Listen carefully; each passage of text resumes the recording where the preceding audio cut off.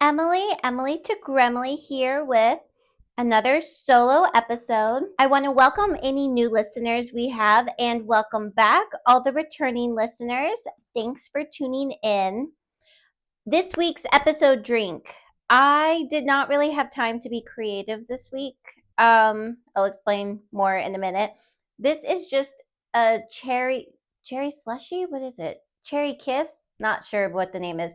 It's the cherry Alani, and it's like such a pretty little color. I decided to put it in this little, I don't know, is it a martini glass? I guess. A little martini glass just to like romanticize my life a little bit. Also, I need the energy because it's been a week. So, the reason it's been a week is because I had some technical difficulty issues.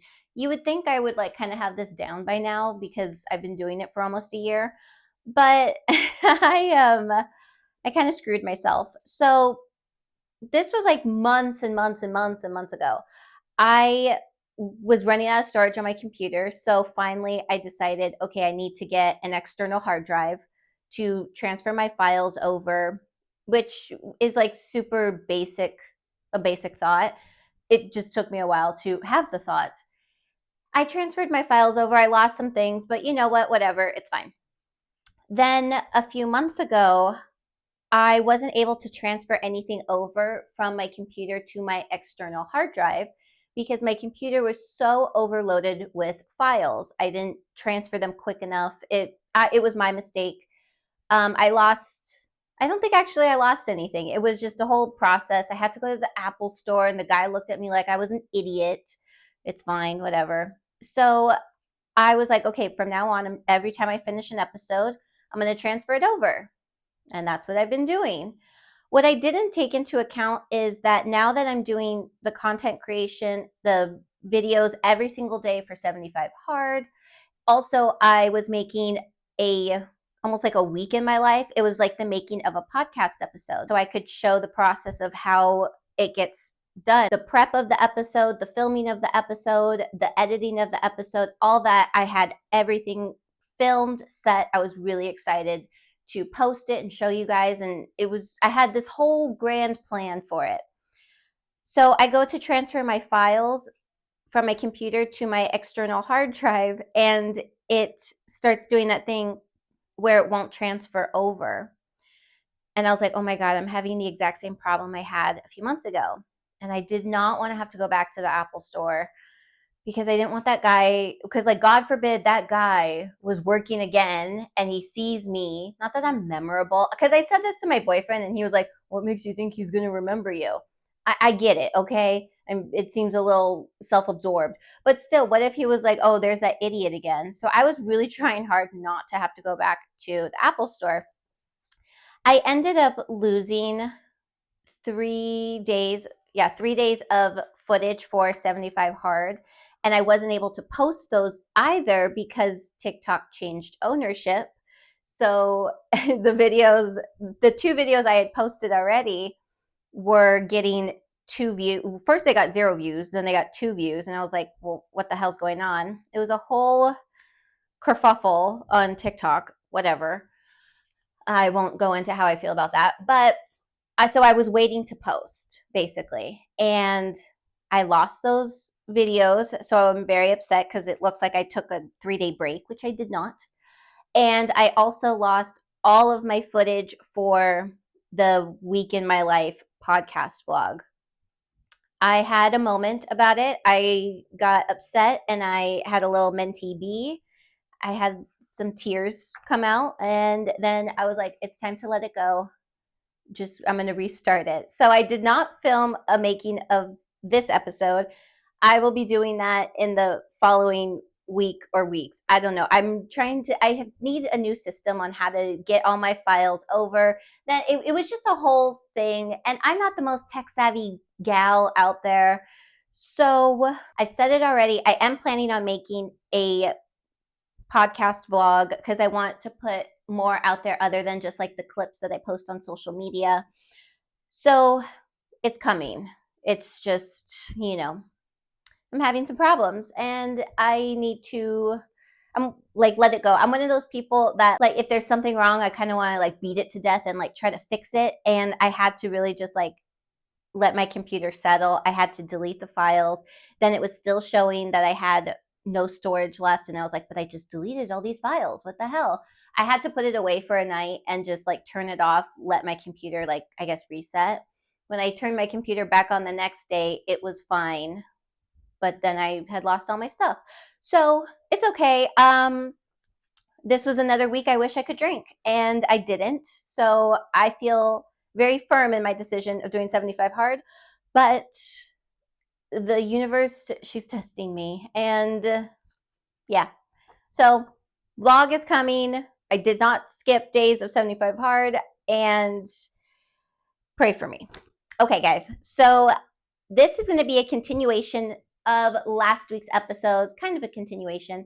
This is going to be part 2 from the listener, Sarah. She said that she wanted to do a true crime and ghost story episode. We did ghost stories last week. We're doing true crime this week. So last week I started off with gremlin questions. I'm going to do the same thing this week. But what I will say is I had said that Sarah sent in a question and I put it to last week's episode. She kind of asked a 2-part question and I cut off the question so it just fit that episode. I'm going to read the second part of her question so it can fit this part of the episode. Last week, she had asked me if I had had any ghost experiences or if I believe in ghosts or other dimensions or anything like that. I gave my answer on that last week. This week, Sarah, this is basically the second part of her question. She asked me, here, let me do like the lead-in part of it. That way it doesn't sound like it's just like a random sentence. So Sarah said, thank you so much for taking my suggestion. I'm so excited I was able to contribute a little part of it. I actually found your podcast through a true crime episode you titled, Do We All Work with Murderers? Now you've become a weekly listen along with other podcasts such as My Favorite Murder, also known as MFM, and Morbid. Since you are dedicating another episode to true crime, I was wondering if you have ever found yourself in a situation that could have had its own Dateline episode. Signed, Sarah. I could have, yeah. So this happened actually not even several years ago. I don't know why I said that. This happened like maybe like 10 years ago at this point. So it was back when I was working at a club. So I would get off of work, like let's say I would like be on my way home like 3. I was driving home. I had made a mental note to myself that I didn't have any water at the house. And I live in Los Angeles, so I'm not drinking the tap water because I'm not trying to be patient zero of some new disease. So I was like, okay, I'm going to stop at a store that is open. Usually that would be like a CVS or a Rite Aid, one of those stores, and get just like a gallon of water until I can make my way to the grocery store. So I stop at my local Rite Aid, RIP Rite Aid. It doesn't exist anymore. So I parked as close as possible to the entrance, you know, given the fact that there's like handicap spots right there. And I get out of my car and I see kind of in the shadow, there was a man standing there. And immediately I was like, oh my God. But there was light, like the door was like right there. And I'm like, crap, like what do I do? So I'm like, all right, this security guard's right there. I can see him. So I was like, I'm just gonna make a run for it almost. I don't know. He walks up to me as I'm walking and I'm like dead set on the doors. And he says, excuse me. And I was like, oh crap. So I was like, hi, as I'm like kind of walking. And he's like, oh, I'm so sorry to trouble you. I was wondering if you could give me a ride. And I was like, no, I can't. I'm sorry. And he's like, no, listen, like my phone is dead. I don't have my wallet on me. And then he was like, he's like, but to pay you for your trouble, I have these winning lottery tickets. They won't cash them for me because it's, you know, past the time that they're allowed to do so. So I'm kind of stuck. And I was like, no, I'm sorry. I can't. And I just like walked in, but I got like that like sinking feeling where I was like, oh God, like please be gone by the time I'm like cashing out with my gallon of water. So I go in and the security guard's like, hey, what did he say to you? And I told him, I relayed the story. And he was like, oh, I don't know. I was like, he asked for a ride. I was like, I'm not going to give him a ride. And he's like, yeah, don't. He's like, he's kind of just been like hanging around. And I told him about the lotto tickets, and he was like, he never came in asking to cash lotto tickets. And I was like, okay, like this guy's weird. So I get my water and I look and I see the guy still standing there, and he's standing not next to my car, but near my car. I would have to pass him to get into it. I get my water and I'm like looking and I'm like, he's still there. He's still there. So then I'm just like going around the store, just like pretending like I'm looking for something. I think they knew what I was doing. But the cashier was like a lady who was like, I don't know, in her 50s. It's not like she was in a position to help me. So finally I was like, all right, I'm going to go back and like look towards the door. And I see like police lights, like the red and blue lights. So I was like, okay, well, perfect. So I pay really quick and I walk out because I'm like, all right, the police are there. He's not going to do anything. And as I'm walking out, I hear the man, he says, oh, her, it's her. And I was like, I got like cold. I was like, oh no. And they're like, excuse me. I was like, yes. And he's like, do you know this man? I was like, no, I don't. And he's like, well, he's saying that you guys know each other. I was like, no, I don't know him. I came in to buy water. He was standing right there and he asked me to give him a ride. And they're like, are you giving him a ride? I was like, no. I was like, I don't know who he is. And they're like, okay. And I could see them like talking to him. And then they like kind of like are like patting him down almost. So I was like, oh my God, like, is he like a murderer? Like what is he wanted? Like, I don't know. And they're like, are you sure you don't know him? I was like, I promise. I was like, you can ask the security guard. I told him what happened. I was like going on and on about it. Like, then I started to get nervous. So I started to give away like every single detail of what had happened within the past like 10 minutes. And he was like, okay. He's like, you know not to give a ride to strangers, right? And I'm like, of course I do. That's why I was standing in there. I was like, I just needed this water and I've been in there for 10 minutes because I was scared to come out. I'm like, I don't know who he is. And they're like, okay, ma'am, well, you have a good night. And then I got in my car and I drove away, and I was like, never again am I going to stop at fucking Rite Aid for water in the middle of the night ever again. I don't know who that man was. I don't know if he was wanted. I don't know if he got arrested. I don't know anything. All I know is if I would have given him a ride, could something bad have happened? Probably. I don't know. So that is my possibly could have been a Dateline episode story. Also, I noticed when I was going through the submissions, a lot of these stories kind of come back to like the same theme of like the story I just told, where it was like they you really need to trust your gut and your intuition. If that little voice in your head is telling you something's wrong or something's not right or possible danger, it's better to be safe than sorry. Like, you really need to listen to your intuition, because even if, let's say, you're completely safe, it's better to have people think you're being a little paranoid than put yourself in a dangerous predicament where something bad could happen to you. That's, I feel like, kind of like the theme we're going with this episode. Our second gremlin question comes to us from Marty. And Marty says, can you tell us your favorite crime doc series you have watched? I'm in need of some good recommendations. Okay, so I made a little list here because I knew I was going to end up forgetting. The main way I feel like I find these doc series is I go on HBO Max and you can browse by channel. So I go browse by channel, and then you find the ID channel, which stands for Investigative Discovery. And that's where they have like all the crime shows and this and that.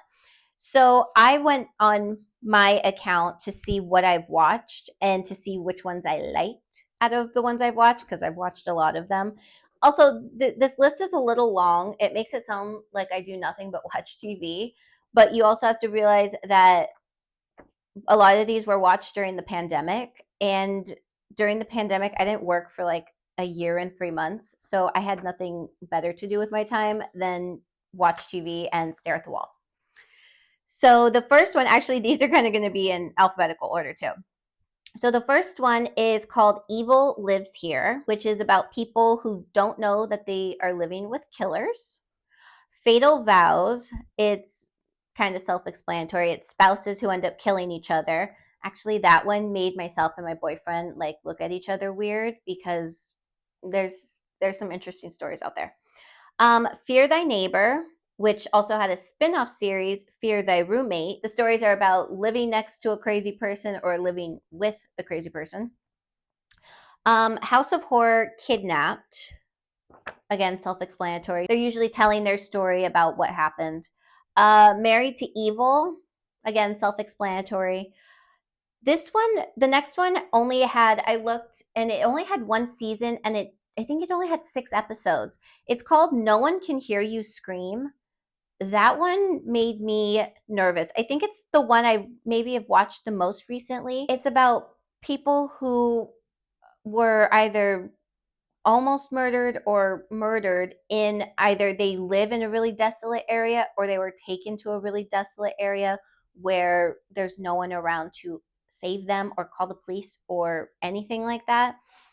That one I didn't like and made me happy I don't live in the middle of nowhere. And these 3 are my favorites. So the first one is Your Worst Nightmare. That one, it's not really specific to like a certain situation. It's just, scary stories about people have found themselves in situations. And some of the stories, it's the person was killed or the person is alive and they're telling their own story. Also, most of these are told like with either the victim, the victim's family, the police who are investigating the case, the lawyers who are involved, like the district attorney or the ADA. They're usually talking in an interview perspective, and then there's reenactments of the scenes that they're talking about. So that's the first one. The second one is See No Evil, and those are crimes that were solved with the help of CCTV footage. That one is really good. And I think that one has the most seasons that you can like binge watch. And I believe it's still on. Like a lot of these, they have like maybe like a 5-season run and then it stops and then they like move on to producing like a different show. But that one, I think it's still going. And that one's a good one. The last one is called Web of Lies. And that series is about crimes that were committed like through the internet. And a lot of them take place, back in like the AOL days or the MySpace days where, meeting someone on the internet was kind of new. So people didn't realize the dangers of it. And of course, a lot of the stories are, girls who think that they've met like a cute boy on the internet and they go to meet him and really it's like this scary older man who has nefarious plans. I will say, and I wrote it down because these 2 episodes have stayed with me. I'm not going to retell them because I'm not going to do it justice, nor do I want to be disrespectful. And they're both from season 5. Season 5, episode 3, Dangerous Games, and season 5, episode 4, California Scheming. I think about those episodes a lot because it was just the story stayed with me and what happened afterwards. It just they're good episodes, they're terrible episodes because of what happened, but it was those 2 cases, they stayed with me. And if I'm going to recommend any of them, it's going to be that. I think See No Evil and Web of Lies, they're my top 2 recommendations. So Marty, hopefully that helps. Hopefully you haven't seen all of those and you're like, I already know about those. So hopefully those are good recommendations for you. And now let's just get into our true crime submissions. Here we have most of these are anonymous and a couple of them are signed. Okay, and the first one is anonymous. Anonymous says, I'm not sure if this counts as a true crime, but I would hate to think what could have happened. I was on a business trip in Florida and would be there about a week. On the 4th night, I went to the hotel bar and restaurant to have dinner and a drink. While I was sitting waiting for my meal, a man sitting at a table across from me waved and asked if I was dining alone. He was handsome and well dressed, so I said yes, and he asked if he could sit with me. I accepted, and he brought over his wine glass and bread basket. We chatted for the entire meal. He said he was in town for business as well, and it was his first time ever being in Florida. The dinner ends, and he asks if we can continue the night upstairs in my room. I politely decline and tell him I have an early day tomorrow and maybe I'll see him tomorrow night. He states he is not staying in the hotel. I recoiled immediately and began wondering why he was even in the hotel if he wasn't staying there. I say my goodbye and book it to the elevator. I found it odd, but just decided to shower and go to bed since I actually did have an early morning. Around 2 hours later, I'm in bed with the lights off, TV on, and going over my notes for the following day. I hear a small knock on my door and then hear my name being called. It was the man from dinner. I stayed silent. Then I hear it again. I never told him my room number. I hear the door handle jiggle a little and then nothing. I called the front desk and they sent security up, but nothing was really to be done. I was frightened the entire night and didn't sleep. The next morning, I called my boss to tell her what happened, and she was horrified. She set me up in a different hotel for the night and cut my trip short. I don't know what would have happened if I allowed him up after dinner, but now I am extremely cautious of absolutely everyone.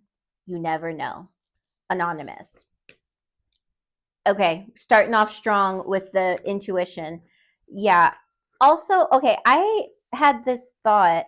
It seems like he didn't follow you like to your room. You didn't tell him what room you're staying in. In my head, I thought like, does he have an in with the hotel? Like he knows someone and he asked like what room you were staying in and they told him. I don't know. I That's immediately what I thought. That's terrifying. A lot of the episodes from the shows I just recommended, there have been a lot of them where like something like somebody breaks into your hotel room or they work for the hotel. I don't know. It's just it makes you like definitely think twice about it. I'm really glad you never let him up, and yeah, and he like for him to say he wasn't staying in the hotel, like why are you there? Very odd. All right, the next one is from Michelle. Michelle says, when I was about 5 years old, my dad and I were in a bank that was held up at gunpoint and robbed. I grew up in a small town in Missouri, and my parents banked at the local town bank. It wasn't a fancy chain that had a lot of security or a panic button like you see in the movies. On a Saturday morning, we stopped by the bank on the way home from one of my t-ball games, and my dad and I went inside while my mom stayed in the car with my 2-year-old brother. I don't really remember much, but I heard yelling, and my dad hugged me and covered my eyes.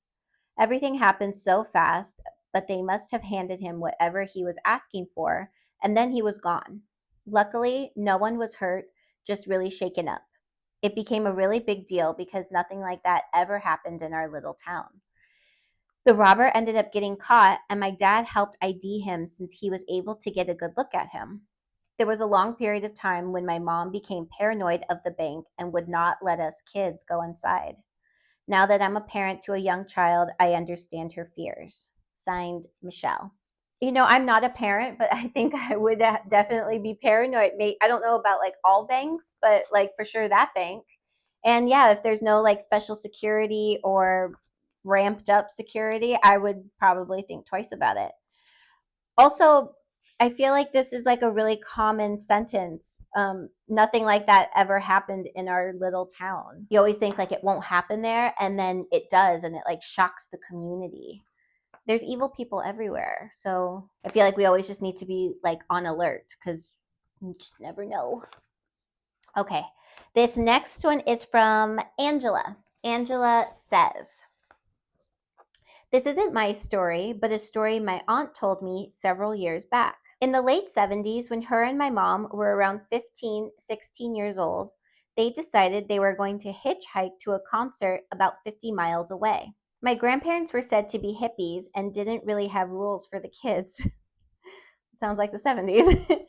A car picked them up and was able to take them about halfway to their destination, dropping them off at a truck stop with a diner. They decided to go into the diner and wait for a possible ride. While sitting in the diner, they ordered something small and were then approached by two younger, good-looking boys.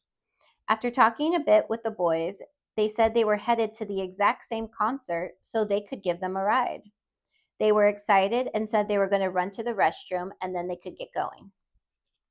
While they were washing their hands, their waitress hurried in and said, "You can't go with them."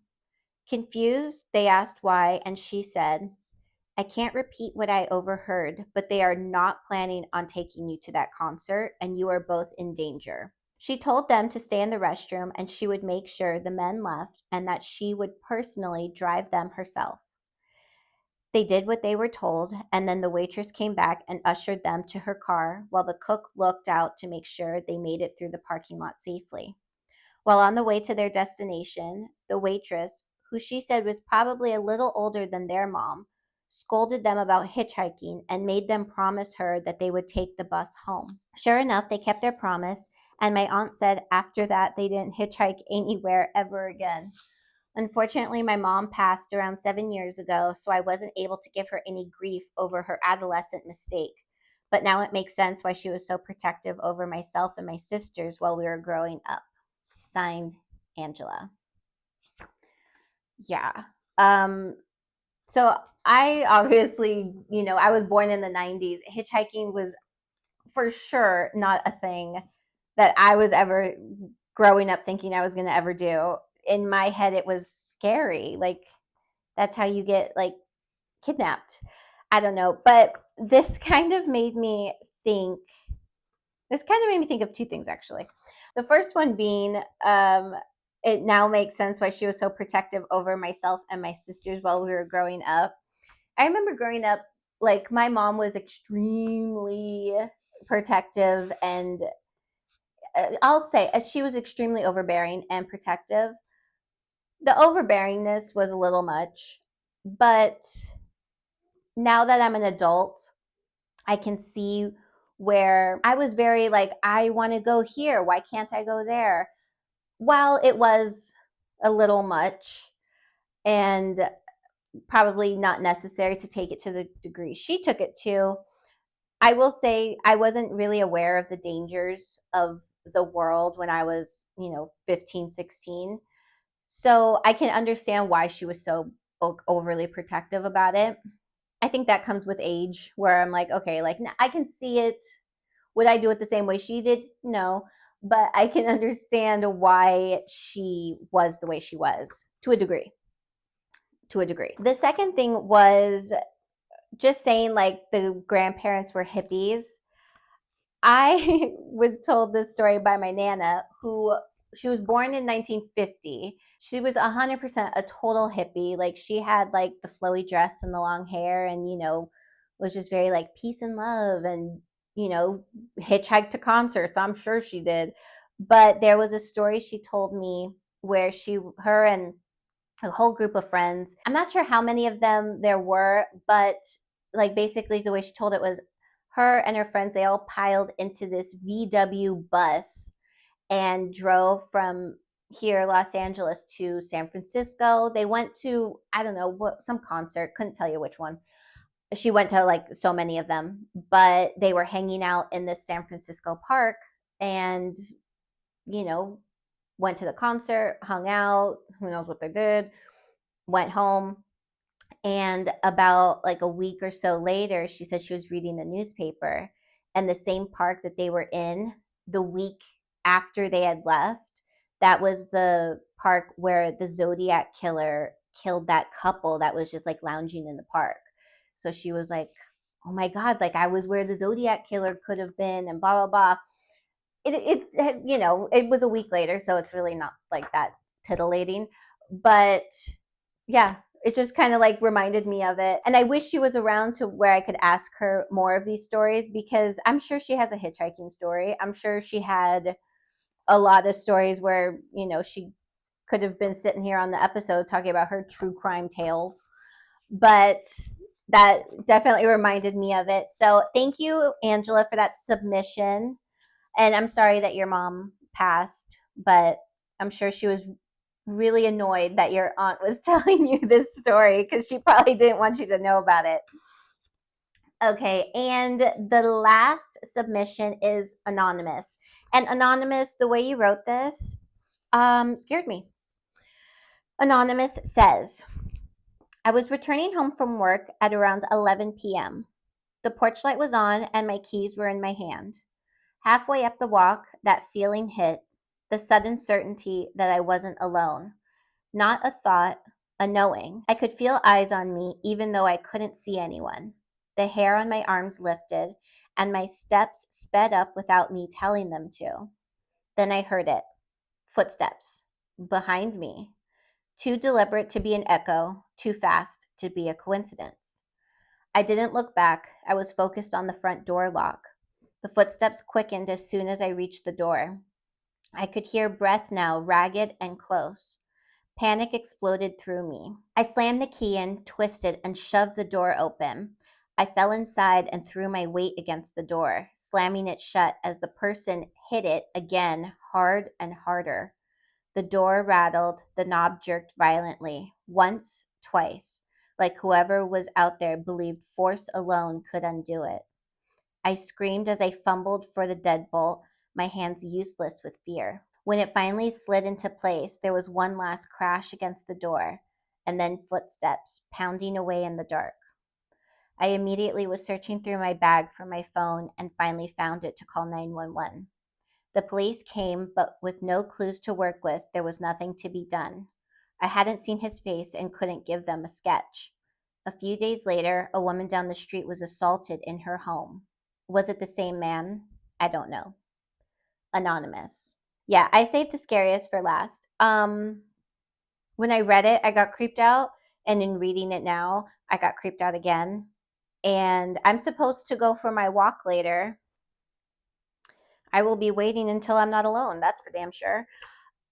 This was so well written. It felt like I was reading like an Edgar Allan Poe poem, where it was just like each sentence just like kind of hits you with something new.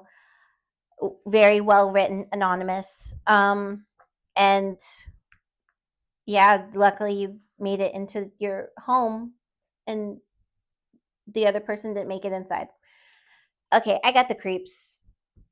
And last week I left it on kind of a happier note, but you can't leave it on a happy note with the true crime episode. It's not feasible. It's not possible. So that was our last submission. I will be doing another episode like this. I had said it last week that this could become like a series that I do every now and then. And if listeners had sent in their stories after I had filmed or after it aired, that I would be doing another episode like this. I do still have some ghost and spooky stories in my inbox. And since the episode aired, I have more of those. So the same is going to go for the true crime episode. If I didn't read yours on here, don't worry, it will be read on a future episode. And if you're going to send in your true crime story after this has been filmed, or you just heard the episode and you want to send in your own, send those in and they'll be read on future episodes. If you would like to follow myself and the podcast, you may do so on Instagram and TikTok at Emily to Gremily Pod.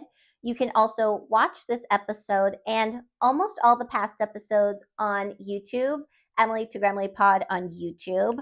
Next week, we're going back to our original format where we will be reading Gremlin stories, Gremlin guidance, and Gremlin gossip. I haven't locked down that episode yet. I've been perusing my inbox. But if you have your own Gremlin story, you need Gremlin guidance, or you have a juicy piece of Gremlin gossip, make sure to email that in. You can email me at emilytogremilypod@gmail.com. We also have a brand new call to action. This is from Leah. Leah says, "Hi, Emily. I am one of your German listeners." I'm so excited to hear from you.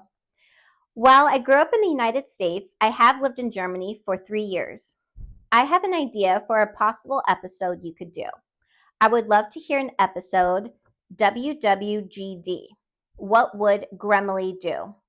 Selfishly, it is because I have a question that would fit perfectly with this theme.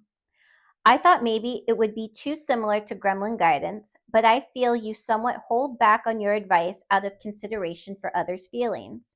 You give options on how to handle situations. This would simply be, if you yourself were in the situation, what would you personally do? And then she signed it. It is in German. I hope I don't butcher this. Alles Libby, Leah. So that is our brand new call to action. If you have any submissions that would fit in this category, WWGD, what would Gremily do? Send those in. It is going to be, as asked for, my unfiltered personal opinion. I'm a little nervous for it, but if you aren't really looking for guidance, you're just more looking to see like what I would do in that situation, send it in. And if you need more guidance on what you should be doing in the situation, you can file that under Gremlin guidance. That way we can kind of separate the two.